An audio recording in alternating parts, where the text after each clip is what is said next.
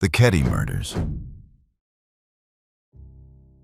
In the spring of 1981, a small mountain resort in the Sierra Nevada became the scene of one of the most disturbing unsolved cases in California history. 4 people inside a single rented cabin would not survive the night. A young girl would vanish. The cabin sat in plain view of neighbors who heard nothing. More than 4 decades later, the case remains officially open. The killer or killers remain unnamed, and one piece of physical evidence may still hold the answer. Ketty was a tiny former railroad town in Plumas County, California, that had been converted into a low-income housing complex of small wooden cabins. It was already past its prime by the early 1980s. Glenna Susan Sue Sharp, a single mother, had moved her 5 children there from Connecticut in July 1979 after separating from her husband. The family settled into Cabin 28 in late 1980. Sue had taken a typing class. She worked part-time at the local Elks Lodge. Her cabin had previously been rented by a local sheriff. How does a quiet single mother and her children in a town this small end up at the center of a case investigators still cannot close? On the afternoon of April 11, 1981, Sue drove with several of her children to a baseball field. She picked up her teenage son John and his friend Dana Wingate while they were hitchhiking back to Quincy. Around 8 in the evening, Sue's daughter Sheila Sharp left Cabin 28 to spend the night next door at the Seabolt family's adjoining Cabin 27. 12-year-old Tina returned home around 9:30. Inside the cabin that night were Sue, her 2 younger sons, Rick and Greg, Tina, and a young neighbor named Justin Smart who was sleeping over. Several neighbors later told investigators they had seen a green van parked near the Sharps' cabin around 9 in the evening. At about 7 the next morning, Sheila walked back across to Cabin 28 and opened the door. Inside, she found her mother Sue, her brother John, and his friend Dana Wingate bound with medical and electrical tape. All 3 had been killed inside the small 4-room cabin. Tina was gone. The 2 younger boys and the visiting neighbor child were discovered unharmed in an adjoining bedroom. There were no signs of forced entry. A bloody hammer and a knife were left at the scene. A second knife was later discovered in a trash bin behind the Ketty General Store. The investigation was led by the Plumas County Sheriff's Office under then-Sheriff Doug Thomas. The California Department of Justice sent agents from its organized crime unit, not its homicide unit, a decision local critics have questioned for decades. Composite sketches were produced by an amateur with no forensic training. The sketches were based on Justin Smart's account, given partly under hypnosis. Justin described 2 men, one with a mustache and long hair, and one clean-shaven. Tina remained missing for 3 years. Then, on April 11, 1984, the 3rd anniversary of the killings, a bottle collector at Camp 18 near Feather Falls in Butte County stumbled across skull and bone fragments. They were Tina's. Shortly after, an anonymous male caller phoned in with information that correctly identified the remains. The call was never logged. It was later found at the bottom of an evidence box. Suspicion fell on Sue's neighbor in Cabin 26, Marty Smart, the stepfather of the young eyewitness, Justin. Smart told investigators that a claw hammer had inexplicably gone missing from his home in the days leading up to the killings. He later wrote his wife a letter that included the line, "I've paid the price of your love, and now I've bought it with 4 people's lives." After Smart's death in the early 2000s, his Veterans Administration therapist came forward and stated that Smart had confessed to him. In April 2018, Special Investigator Mike Gamberg announced that DNA recovered from a piece of medical tape at the crime scene matched a known living suspect. That identity has never been publicly disclosed. The case is still open today. The next case takes us out of the Sierra Nevada and into a quiet Chicago suburb, where 7 people would die from something as ordinary as a bottle of pain reliever. The Tylenol murders. In the early autumn of 1982, the most trusted over-the-counter medicine cabinet in America became a weapon. 7 people in the Chicago metropolitan area would die from something they had bought at their local store. The contamination would be traced to bottles taken from store shelves, laced with poison, and put back. The case would trigger the largest pharmaceutical recall in U.S. history at that time, change product packaging across the entire country, and remain officially unsolved more than 4 decades later. Tylenol, manufactured by Johnson & Johnson subsidiary McNeil Consumer Products, was the country's leading over-the-counter pain reliever, holding more than 35% of the market. Capsules in the early 1980s were unsealed. There was no tamper-evident packaging. There was no foil seal under the cap. Anyone, in any aisle, in any drugstore, could simply open a bottle, switch out a capsule, and put the bottle back on the shelf. No one would know. How does an entire country wake up one morning to learn that the medicine in their cabinet might be dangerous? The first death came on the morning of September 29, 1982. 12-year-old Mary Kellerman of Elk Grove Village, Illinois, woke up with a sore throat. Her parents gave her 1 extra-strength Tylenol capsule. She collapsed at home and was pronounced dead by 9:30 in the morning. Later that same day, Adam Janus, a 27-year-old postal worker and father of 2, collapsed at his Arlington Heights home and died. His brother Stanley and Stanley's wife Teresa came to the house in grief. They took capsules from the same bottle. Both of them died within hours. 3 more deaths followed over the next 48 hours. Mary Lynn Reiner of Winfield, a new mother who had recently delivered her 4th child. Mary McFarland of Elmhurst, a telephone company employee. And Paula Prince, a 35-year-old United Airlines flight attendant, whose purchase of a tainted bottle was captured by a Walgreens surveillance camera in Chicago. The link was first proposed by Arlington Heights firefighter Philip Capitelli and a public health investigator. It was confirmed when nurse Helen Jensen noticed the empty Tylenol bottle at the Janus home. Capsules from at least 5 tampered bottles came from 3 different manufacturing lots produced in Pennsylvania and Texas. That detail told investigators something terrifying. The contamination had not happened at the factory. It had happened on the shelves. Johnson & Johnson recalled all Tylenol products on October 5, 1982. The recall covered roughly 31 million bottles. A multi-agency task force was formed by the Arlington Heights Police, the Illinois State Police, and the FBI.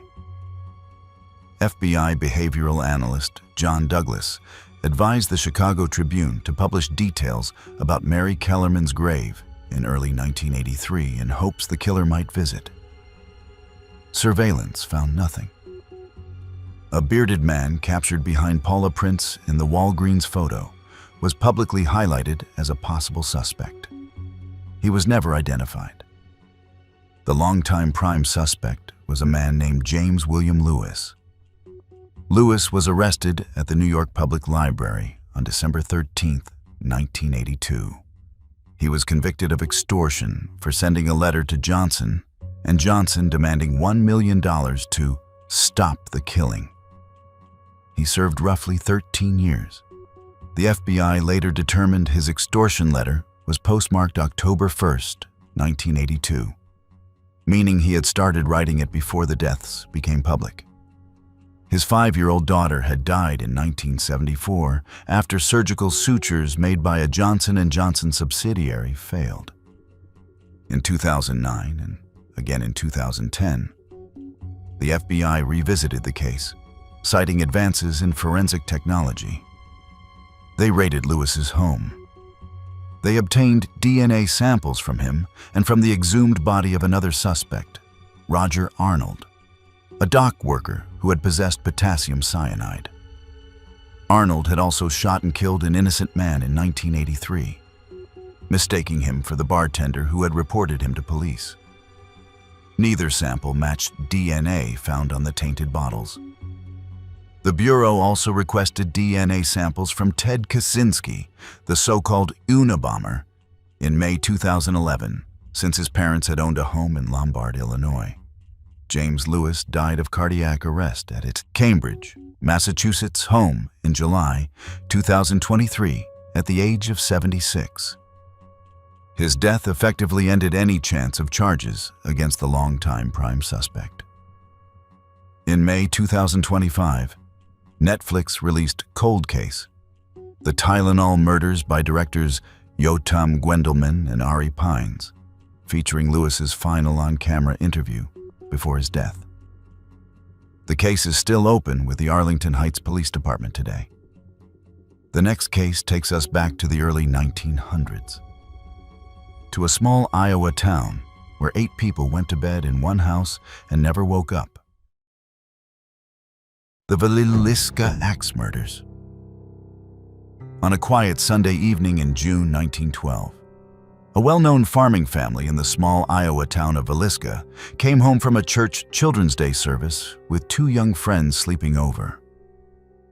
By the next morning, all 8 people inside that house were gone. The case would be investigated by private detectives, federal officers, and rival politicians. 2 trials would end without conviction. More than a century later, no one has ever been formally charged. The home itself still stands today, restored, and now operates as a paid tourist attraction. Villisca was a small farming town of roughly 2,500 people in southwestern Iowa, dependent on rail and agriculture. The Moore family were among its most prominent and well-liked residents. Josiah Moore, age 43, had recently left a long stint working for state senator and businessman Frank F. Jones. He had opened his own competing implement business and taken the lucrative John Deere contract with him.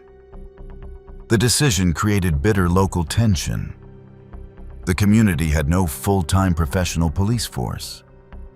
How does a town this small, with 8 people gone in a single night, fail to identify the person responsible for more than a century? On the evening of June 9, 1912, the Moore family attended Children's Day services at the Presbyterian Church. 2 young sisters, Ina Mae Stillinger and Lena Gertrude Stillinger, came home with the Moore children for a sleepover. The 8 people inside the house that night were Josiah Moore, his wife Sarah, their 4 children, Herman, Mary Catherine, Arthur, and Paul, and the 2 Stillinger sisters. Sometime overnight, an intruder entered through the unlocked door. Neighbor Mary Peckham noticed the next morning that the Moore household was unusually quiet. The curtains were drawn. The chickens had not been let out. She called Josiah's brother Ross. Ross entered the home and discovered the scene. The intruder had used an axe belonging to Josiah Moore. The bedroom windows had been covered with cloth. The mirrors had been covered with garments. Investigators noted that a kerosene lamp had been left burning, a slab of uncooked bacon sat on the kitchen counter, and a bowl of bloody water had been left behind. Whoever was responsible had stayed inside the house for some time after the attack. The crime scene was then overrun by curious members of the public before any forensic preservation could occur. The investigation became one of the most chaotic in early American crime history.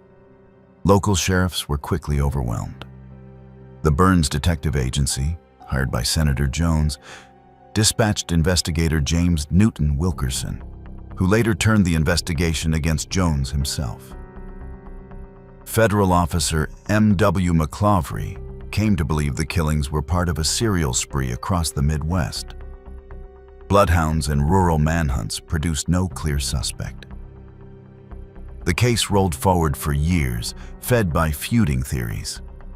The first formal suspect was Reverend George Lynn Jacqueline Kelly, an English-born traveling minister who had taught the Children's Day program the Moors attended that night.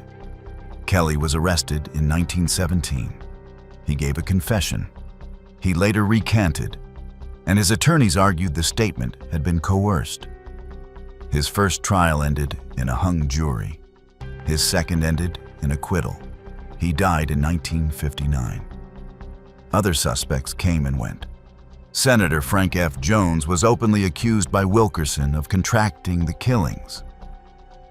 A drifter named William Blackie Mansfield was tied to similar axe killings in Paola, Kansas, 4 days before Villisca, as well as in Colorado Springs and Blue Island, Illinois. Payroll records showed Mansfield had been in Illinois at the time of the Iowa killings. A grand jury declined to indict him. In 2017, authors Bill James and Rachel McCarthy James published a book called The Man from the Train.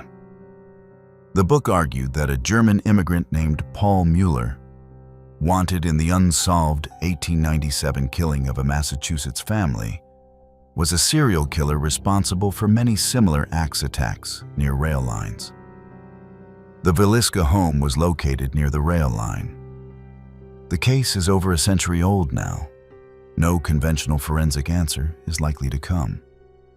The next case takes us to Northern California in the late 1960s, where a man wearing a hood and carrying a flashlight would terrify an entire region and write taunting letters to the press for years. The Zodiac Killer. Between December 1968 and October 1969, an unidentified man attacked at least 7 people in Northern California, killing 5 of them. He sent letters to local newspapers signed with a crosshair symbol. He encoded some of those letters in ciphers. He claimed up to 37 victims. He gave himself a name. He called himself the Zodiac. More than 5 decades later, his identity is still officially unknown. The Zodiac chose a hunting ground that included Vallejo, Benicia, Napa County, and finally, the city of San Francisco itself. His attack sites included rural lovers' lanes, a quiet lake park, and a city street in the Presidio Heights neighborhood. His letters to the San Francisco Chronicle, the San Francisco Examiner, and the Vallejo Times-Herald during 1969 through 1974 turned the case into a media phenomenon. He inspired the film Dirty Harry in 1971 and David Fincher's Zodiac in 2007. How does a man write letters to newspapers, send ciphers to police, and walk away from at least 4 crime scenes without leaving behind a single confirmed name? The first confirmed attack came on December 20th, 1968, on Lake Herman Road outside Benicia.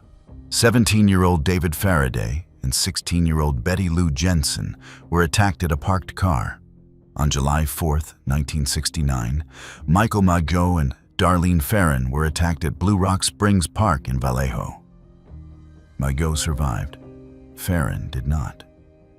On September 27, 1969, at Lake Berryessa in Napa County, Brian Hartnell and Cecilia Shepard were attacked by a man wearing a hooded executioner-style outfit with a crosshair symbol on the chest. Hartnell survived. Shepard did not. On October 11, 1969, San Francisco taxi driver Paul Stein was killed at the corner of Washington and Cherry Streets in Presidio Heights. After the Stein killing, the Zodiac's letters became more elaborate. He sent the 408-character cipher in 1969, the 340-character Z340 cipher on November 8, 1969, the 13-character My Name Is cipher, and the 32-character Z32. The 408 cipher was solved within a week of publication by high school teacher Donald Hardin and his wife Betty. The Z340 would resist all attempts at decryption for over 50 years. Lead agencies on the case included the San Francisco, Vallejo, and Napa County Police, the Solano County Sheriff, the California Department of Justice, and the FBI. The San Francisco Police Department had investigated an estimated 2,500 suspects by 2009. A San Francisco officer briefly stopped a man matching the description shortly after the Stein killing and let him go. For decades, the longtime official prime suspect was a Vallejo area man named Arthur Lee Allen, a former schoolteacher, publicly named in Robert Graysmith's books. Partial DNA profiles compared to the Zodiac's stamp and envelope material did not conclusively match Allen. He died in 1992.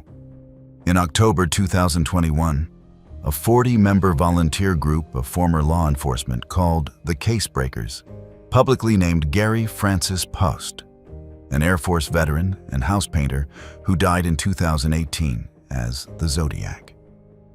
The group cited alleged forehead scar matches, footprint similarities, and anagrammatic decryptions in his name. The FBI quickly responded that the case remains open and unsolved, with no new information to share. The Riverside Police Department also reaffirmed that the unsolved 1966 killing of Cherie Jo Bates is not officially linked to the Zodiac. In 2022, author Jarrett Kobek named Bay Area zine writer Paul Doerr in his book How to Find Zodiac, arguing that Doerr's writings contained Zodiac-like phrases and references. Doerr died in 2007. His daughter has acknowledged her father's history of violence, but the case remains circumstantial. Other family-led identifications have been proposed over the years, including a son who named his own father, Earl Van Best Jr., as the Zodiac in his book, and a 2020 FX docuseries. The breakthrough on the ciphers came on December 5, 2020. American programmer David Oranchak, Australian mathematician Sam Blake, and Belgian software engineer Jarl van Eyck cracked the Z340 cipher. Their solution was confirmed by the FBI's Cryptanalysis and Racketeering Records Unit. Part of the plain text read, "I hope you are having lots of fun in trying to catch me. I am not afraid of the gas chamber." 3 short ciphers, the Z13 and the Z32, remain officially unsolved. The case is still open with the FBI and the San Francisco Police Department today. The next case takes us to a quiet, wealthy neighborhood in Boulder, Colorado, where a 6-year-old went to bed the night after Christmas and was never seen alive again. JonBenet Ramsey. On the morning of December 26, 1996, the day after Christmas, a wealthy Boulder, Colorado family woke up to find a long, handwritten ransom note left inside their 15-room home. Their 6-year-old daughter, JonBenet Patricia Ramsey, was missing from her bed. Hours later, her father would find her body in the basement. The case would become one of the most heavily covered unsolved homicides in American history. Nearly 30 years later, no one has ever been formally charged. John Ramsey ran a billion-dollar computer services company. His wife, Patsy Ramsey, was a former Miss West Virginia. The Ramseys had moved from Atlanta to Boulder, Colorado, where their daughter JonBenet performed in the local child pageant circuit. She held titles such as Little Miss Colorado. The Boulder Police Department in 1996 had little homicide experience and would be widely criticized for early missteps. How does a high-profile case in a wealthy American suburb, with a writing sample, a body, and DNA evidence, go nearly 30 years without an arrest?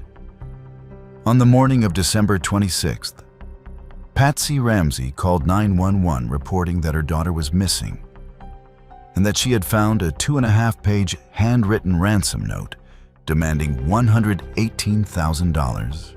That figure closely matched John Ramsey's recent work bonus. After hours of police presence in the home, John Ramsey went into the basement himself and discovered his daughter's body in a basement spare room, draped with a white blanket. The autopsy determined she had been harmed with a homemade garrote and had also suffered a severe head injury. Unknown male DNA was recovered from her clothing and from under her fingernails. The crime scene was extensively contaminated. Many friends, neighbors, and clergy had been allowed into the home that morning. The Boulder Police Department took the lead, joined by the FBI and the Boulder County District Attorney. Suspicion fell early on the family. In 1999, a grand jury voted to indict John and Patsy Ramsey on counts of child abuse resulting in death and accessory to first-degree murder. Then District Attorney Alex Hunter declined to sign the indictments, citing insufficient evidence. A separate intruder theory investigation was led by Detective Lou Smith, a respected investigator from Colorado Springs. Smith eventually accumulated a list of approximately 700 persons of interest. In 2006, a man named John Mark Carr was arrested in Bangkok after he wrote a series of confessions to a researcher. His DNA did not match crime scene samples.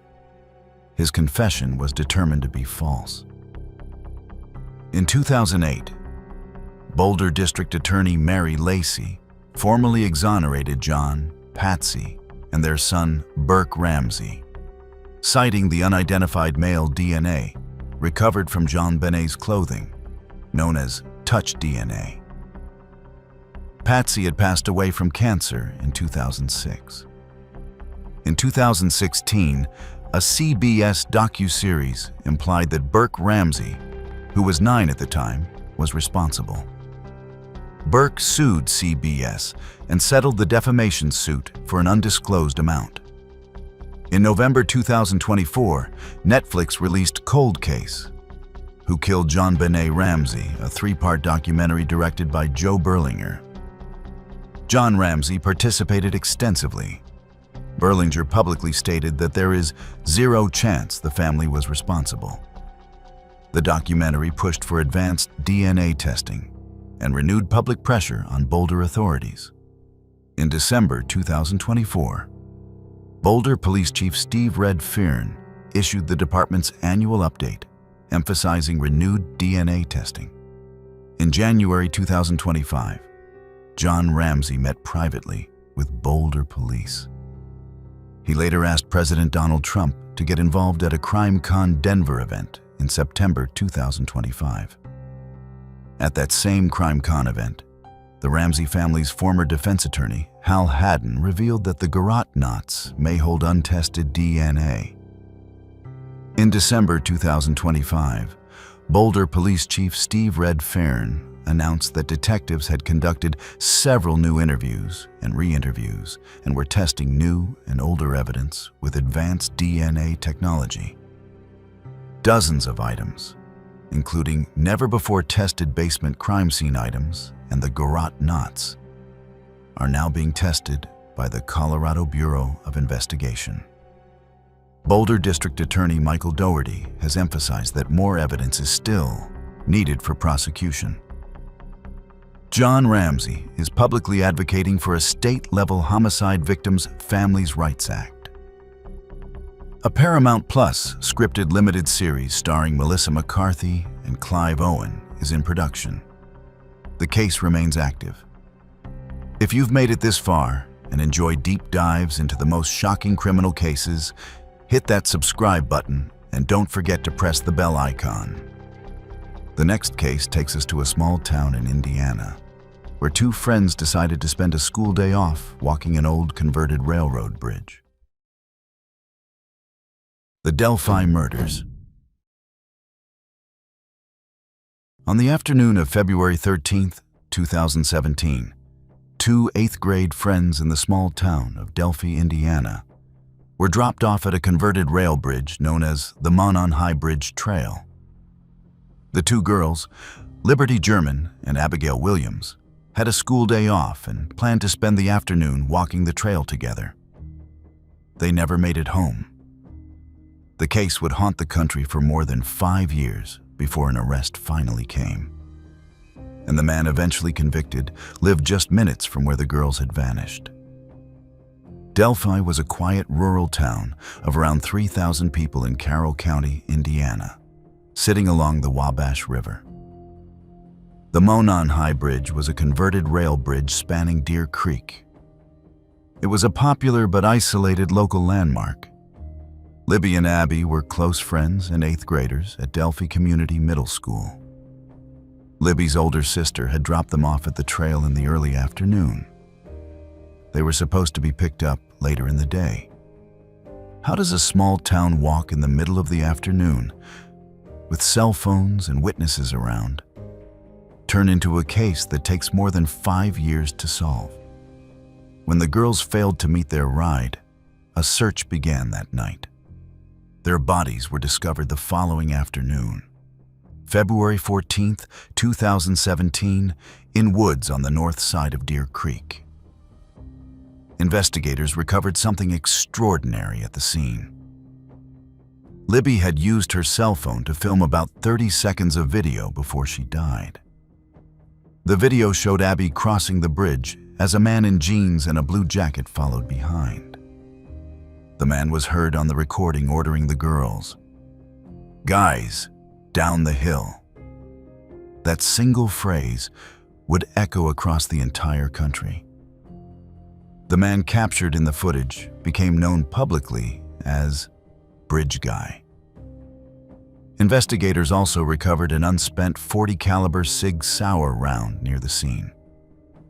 That round, sitting quietly in an evidence locker, would later become the single most important piece of physical evidence in the case. The Indiana State Police and the Carroll County Sheriff's Office led the investigation. The FBI assisted. Composite sketches and the audio of Bridge Guy were widely publicized. Tens of thousands of tips came in over the following years. None led to an arrest. Then, in 2022, investigators rediscovered a tip from 2017. A local CVS pharmacy worker named Richard Matthew Allen had told police back in early 2017 that he had been on the trail that afternoon. His tip had never been fully followed up. Investigators re-interviewed him. They searched his home. Inside Allen's home, investigators recovered a .40 caliber Sig Sauer pistol that ballistics tied to the unspent round found at the crime scene. Allen was arrested on October 28, 2022. While in pretrial custody at Westville Correctional Facility, he made multiple statements that prosecutors later characterized as confessions. His defense team argued the statements were the product of psychosis brought on by prolonged solitary confinement. Allen's trial defense team also raised an alternate theory that became one of the most controversial parts of the entire case. They argued that adherents of Odinism, a Norse pagan religion that has been co-opted by some white supremacist groups, were responsible. The defense alleged sticks at the scene had been arranged in symbols. Special Judge Francis Gull excluded that evidence from the trial, citing insufficient connection. Richard Allen was convicted on November 11, 2024, of 2 counts of murder and 2 counts of felony murder by a jury of Allen County residents seated in Delphi. Special Judge Francis Gull presided. On December 20, 2024, he was sentenced to 130 years in prison. In July 2025, Allen was transferred from Wabash Valley Correctional Facility in Indiana to the Lexington Assessment and Reception Center in Lexington, Oklahoma, for safekeeping. In December 2025, His appellate attorneys, Mark Lehman and Stacy Uliana, filed a 113-page appellant's brief raising approximately 10 issues. Focused on the search warrant affidavit, the admissibility of the Westville confessions made during what the defense called 13 months of solitary confinement, and the exclusion of the Odinism theory. March 2026. The Indiana Attorney General's office filed its brief urging the Court of Appeals to uphold Allen's conviction. His appeal is still pending. The next case takes us back to the early 1990s, to a wooded area in Arkansas, where 3 young friends went out to play on bicycles and never came home. The West Memphis Three. On the afternoon of May 5, 1993, 3 young friends in the working-class town of West Memphis, Arkansas, were last seen riding their bikes in their neighborhood. The next afternoon, their bodies would be found in a wooded area called Robin Hood Hills. 3 local teenagers would soon be arrested for the killings. They would all maintain their innocence for the next 18 years. They would become the center of a worldwide campaign that would draw in filmmakers, musicians, and at least one of the wealthiest celebrities in the world. And nearly 30 years later, the case is still being tested. West Memphis was a working-class Mississippi River town in Crittenden County, Arkansas. In the early 1990s, the country was in the grip of what researchers now call the Satanic Panic. Talk show television and dubious experts had convinced large portions of the public that secret cult activity was happening in their own neighborhoods. Damien Echols was a local introverted teenager who wore black, listened to Metallica, and read Stephen King. To West Memphis police, that made him a suspect. How does a small-town investigation, built on a confession from a teenager with a low IQ, and on the testimony of an expert with disputed credentials, hold up for nearly 20 years? 3 young friends were last seen riding bikes on the afternoon of May 5, 1993. The names of the boys, who were too young for graphic detail to be appropriate, will not be repeated here in connection with their injuries. Their bodies were discovered the following afternoon in a drainage ditch in Robin Hood Hills, bound with their own shoelaces and submerged in water. The submersion in water would later become a major obstacle to DNA recovery.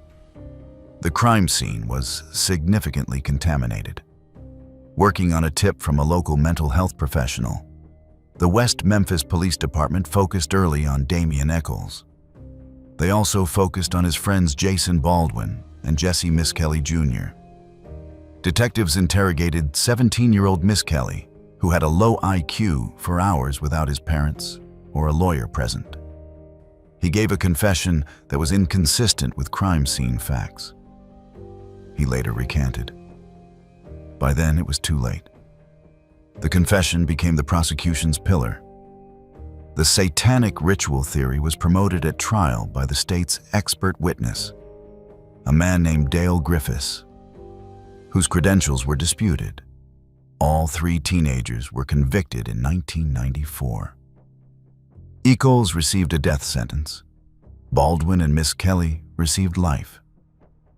The case might have ended there, if not for a film crew that had been quietly recording the entire trial. In 1996, 2000, and 2011, HBO released the Paradise Lost trilogy, directed by Joe Berlinger and Bruce Sinofsky. The films exposed national audiences to deep doubts about the case. Petitions, fundraising, and celebrity support followed. Then came new science. In 2007, mitochondrial DNA testing identified a hair found in the ligature, binding one of the boys as consistent with Terry Hobbs, the stepfather of one of the victims. A second hair on a tree stump near the scene was consistent with Hobbs's friend David Jacoby. Hobbs has denied involvement and was never charged. On August 19, 2011, Damian Eccles, Jason Baldwin, and Jesse Miss Kelly Jr. were released from prison via offered pleas, pleading guilty while maintaining their innocence in exchange for time served. They had served 18 years. They remained technically convicted under those pleas. In 2012, the documentary West of Memphis, produced by Peter Jackson and directed by Amy Berg, further built the case for innocence and brought the Hobbs and Jacoby hair findings to a wider audience. In 2021, an evidence box that had previously been believed destroyed in a fire was found intact, containing the original shoelace ligatures from the crime scene. In April 2024, the Arkansas Supreme Court reversed a circuit court ruling and remanded the question of new DNA testing. On August 1st, 2025, Judge Tanya Alexander signed an order sending evidence to Bode Laboratories in Virginia for advanced MVAC touch DNA testing of 15 evidence categories, including the shoelace ligatures and the original hair samples. Evidence was physically transferred to Bode Laboratories in November 2025. Attorney Jeff Rosenzweig has stated test results are expected in 2026. Damian Eccles continues to advocate publicly. Jason Baldwin runs a nonprofit called Proclaim Justice. Terry Hobbs has not been charged. The case is still open. The next case takes us to a quiet street in southern Missouri, where 3 women went to bed in the same house and were gone by morning. The Springfield Three.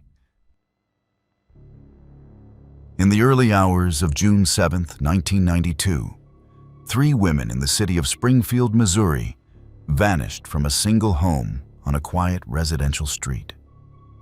They left behind their cars, their purses, their cigarettes, their jewelry, their cash, and the family dog. The only sign anything was wrong was a shattered porch light.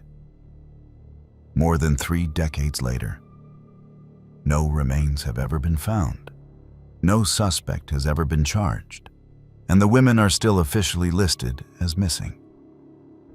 Cheryl Levitt was a 47-year-old cosmetologist at the New Attitudes hair salon and a single mother. Her daughter Suzanne, known as Susie, had just graduated from Kickapoo High School. Susie's friend Stacy McCall had also just graduated. The 2 friends had spent the night attending celebration parties around Springfield. Springfield in 1992 was a mid-size Ozarks city anchored by what was then Southwest Missouri State University. It was the kind of place where neighbors knew each other. How does a single home in a quiet neighborhood lose 3 people in one night without a single witness, a single fingerprint, or a single useful lead? After the graduation parties, Susie and Stacy decided around 2 in the morning to drive from a friend's crowded house to Cheryl's home on East Delmar Street. When friend Janelle Kirby and her boyfriend arrived around 9 in the morning to take the girls to a Branson water park, they found the porch light broken on the front step. Kirby's boyfriend swept up the glass before realizing something was wrong. Inside the house, purses, money, cars, jewelry, cigarettes, and the family dog Cinnamon were all left behind. Cheryl's bed appeared slept in. There were no signs of struggle. By the time the Springfield Police Department was finally called that evening, the home had already been contaminated by 10 to 20 visitors who had emptied ashtrays and tidied the house in their concern. Crucial physical evidence may have been lost in those hours. The FBI joined the case on June 9, 1992. Witnesses reported a green van seen near the home around the time of the disappearance and a possible sighting of Susie driving such a van under duress on the morning of June 7th. On December 31, 1992, an unknown caller phoned the television show America's Most Wanted. with what police later described as prime knowledge of the abductions, but was disconnected before more could be learned. A grand jury was convened in 1994. It issued no indictments. The most discussed person of interest is a former Army Ranger named Robert Craig Cox.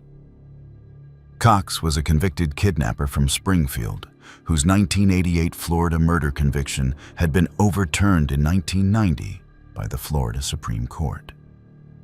He had been living in Springfield in 1992. His girlfriend's alibi for him later collapsed when she said Cox had asked her to lie. In 1996, Cox told a Springfield News Leader reporter he knew the women were dead and would never be found, but he refused to say more.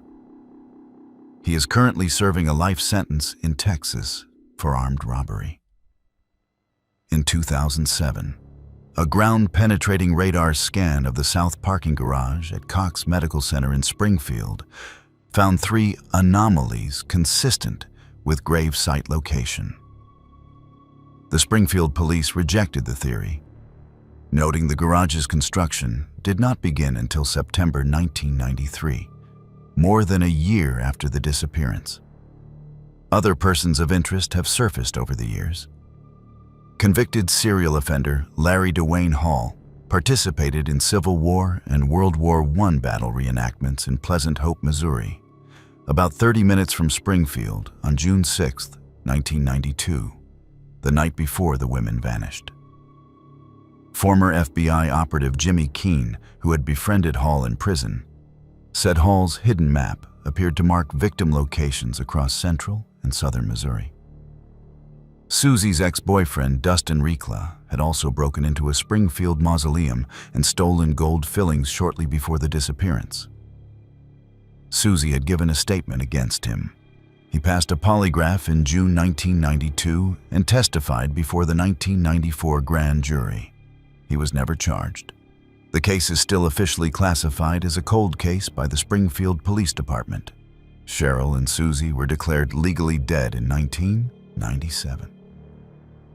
Janice McCall, Stacy's mother, and other family members continue annual vigils at Phelps Grove Park's Victims Memorial Garden.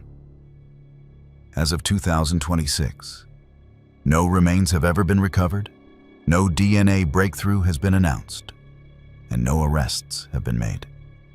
The next case takes us back to 1946, to a region straddling 2 states where an unknown man in a hood would terrorize an entire community for 10 weeks.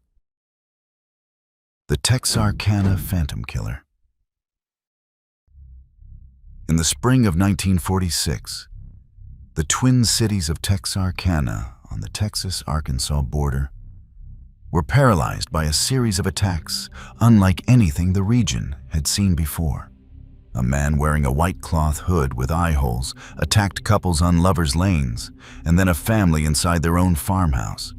The attacks took place on a roughly 3-week cycle for 10 weeks. They came always at night, always in moonlight. The press named him the Phantom Killer or the Moonlight Murderer. After May 3rd, 1946, the attacks simply stopped. No one was ever convicted. Post-World War II Texarkana was a transportation hub of about 50,000 residents, with Bowie County, Texas, on one side of State Line Avenue and Miller County, Arkansas, on the other. The 2 cities were tied together by rail, by industry, and now by fear. According to contemporary accounts, stores sold out of guns, ammunition, locks, and even dogs. Women checked into the Hotel Grimm when their husbands were on business out of town. How does a single masked man hold an entire region in terror for 10 weeks, then simply stop and leave no confirmed identity behind? The first attack came at about 11:55 at night on February 22, 1946, on a secluded road outside Texarkana. 25-year-old Jimmy Hollis and 19-year-old Mary Jean Larry were attacked in a parked car by a masked man wearing a white cloth hood with eye holes. The attacker fled at the approach of headlights. Both survived. The pattern repeated. On March 24th, Richard Griffin and Polly Ann Moore were attacked in their car on a quiet road. Both died. On April 14th, Paul Martin and Betty Jo Booker were attacked. Both died. Then, on May 3rd, 1946, the pattern broke. Virgil Starks and his wife Katie were attacked at their farmhouse northeast of town. Virgil was killed. Katie survived. After May 3rd, the attack stopped. The killer never struck publicly again. The investigation was massive and multi-jurisdictional. The Bowie County Sheriff, the Miller County Sheriff, Texarkana City Police, the Arkansas State Police, and the Texas Rangers all worked the case. The most famous public face was Texas Ranger Captain Manuel Lone Wolf Gonzalez. Almost 400 suspects were investigated. Approximately 9 men confessed. Every confession was inconsistent with crime scene facts. The longest-standing prime suspect was a 29-year-old career criminal named Yule Lee Swinney. Swinney was a counterfeiter, car thief, and repeat offender. He was arrested in July 1946 by Arkansas State Trooper Max Tackett. Tackett had noticed that cars were being stolen near each attack. Swinney's wife Peggy gave a detailed statement identifying her husband as the Phantom, citing facts only the killer could have known. Peggy could not be compelled to testify against him under spousal privilege. She later recanted. Police also found a shirt bearing the laundry mark STARK with welding slag, matching Virgil Starks' shop. Swinney was convicted of car theft and sentenced as a habitual offender to life in prison. He was released in 1973 after his conviction was vacated for lack of counsel at his 1947 trial. He died in a Dallas nursing home in 1994. Investigators Max Tackett and Tillman Johnson believed Swinney was the Phantom for the rest of their lives. The 2014 book, The Phantom Killer, by author James Presley, laid out the most detailed published case for Swinney. Other investigators were never fully convinced. Texas Ranger Captain Manuel Gonzalez was reportedly never satisfied that Swinney was the killer and continued to follow other leads into the 1950s. Swinney's 1946 fingerprints reportedly did not match latent prints from the Booker and Martin scene, although records on the Starks farmhouse scene are incomplete. In the late 1990s, an anonymous woman contacted surviving family members of the victims claiming to apologize for what her father had done. Swinney never had a daughter. The 1976 film The Town That Dreaded Sundown by director Charles B. Pierce dramatized the case and became a cult horror touchstone. A 2014 reboot brought renewed interest. The case has not had a confirmed modern forensic re-examination. Original physical evidence is largely degraded or lost. No genealogical DNA project has been publicly announced for the Phantom case. The case is still open. No suspect has ever been charged. The next case takes us back to the Great Depression, to an industrial Ohio city, where bodies began appearing in a place called Kingsbury Run. The Cleveland Torso Murders.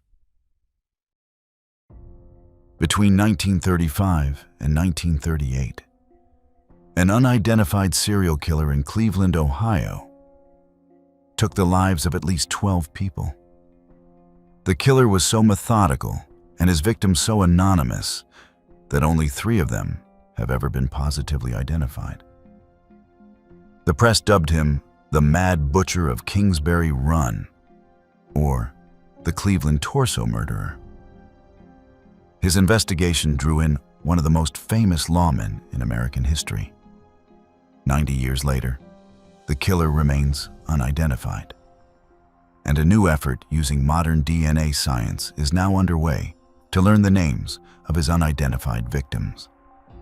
Depression-era Cleveland was an industrial powerhouse riddled with shantytown encampments, particularly along Kingsbury Run, a natural drainage ravine running from East 90th Street to the Cuyahoga River. The neighborhoods around the ravine, known as the Roaring Third and the Hobo Jungle, housed bars, gambling halls, and a transient population of out-of-work railroad workers. For someone hunting people whose disappearances would barely be noticed, it was a near-perfect environment. How does a serial killer operate in plain sight in a major American city for 3 years, leave behind 12 victims, and walk away without a single confirmed name? Bodies began appearing in or near Kingsbury Run starting in September 1935. 29-year-old Edward Anthony Andrassy was found at Jackass Hill on September 23, 1935, and positively identified by fingerprints. A second victim was found alongside him and was never identified. Florence Genevieve Polillo, age 44, was identified after her remains were found on January 26, 1936. The other 10 official victims were never named. The bodies were typically found near rail lines or within Kingsbury Run itself. Many had been carefully separated, with cuts that suggested someone with anatomical knowledge. In 1936, the killer took an unusual public step. The recreated head of one unidentified victim, known as the Tattooed Man, was displayed at the 1936 Great Lakes Exposition before more than 100,000 visitors in an attempt to identify him. No one came forward. The killings continued. The lead investigator was Cleveland Police Lieutenant Peter Marilow, who investigated for years and even went undercover as a hobo to search the Kingsbury Run area firsthand. The most famous investigator on the case was Cleveland Safety Director Elliot Ness. The same Elliot Ness who had become nationally known for taking on Al Capone in Chicago. Mayor Harold Burton pressured him to act. On August 16, 1938, the dismembered torsos of victims 11 and 12 were found at the East 9th Street Lakeshore dump, in plain view of Elliot Ness's City Hall office window. Investigators interpreted it as taunting. 2 days later, Ness led 35 police officers in a controversial late-night raid that burned the Kingsbury Run shantytowns and arrested dozens of homeless men. The killings stopped. The investigation was widely viewed as a political failure, and the raid is generally considered a stain on Ness's legacy. The strongest suspect was Dr. Francis E. Sweeney, a World War I medic and surgeon, and the first cousin of U.S. Congressman Martin L. Sweeney, who was Ness's political rival. Sweeney was interrogated for a week by Ness and others and reportedly failed 2 early polygraphs administered by polygraph pioneer Leonard Keeler. Sweeney committed himself to a sanitarium shortly after the interrogation. The killing ceased. He was never charged. Many investigators have since believed he was the Mad Butcher. A second suspect was a Cleveland bricklayer named Frank Dolezal. He was arrested in 1939 by Cuyahoga County Sheriff Martin O'Donnell as the chief suspect in Florence Polillo's death. Dolezal gave a confession, but his statement contained inconsistencies. He died in jail in August 1939, officially by hanging, though forensic evidence later suggested possible police mistreatment. Lieutenant Peter Marilow eventually came to believe the killer was a railway riding transient. He connected the Cleveland killings to similar dismemberment cases in Pennsylvania and possibly Newcastle, all clustered along rail lines. In August 2024, the Cuyahoga County Medical Examiner's Office partnered with the DNAD project to begin genetic testing on the unidentified victims, beginning with the tattooed man. A single anonymous donor is funding the lab work. Researchers have acknowledged that the remains are heavily degraded and contaminated, making identification challenging but not impossible. As of 2026, no positive identifications have yet been publicly announced.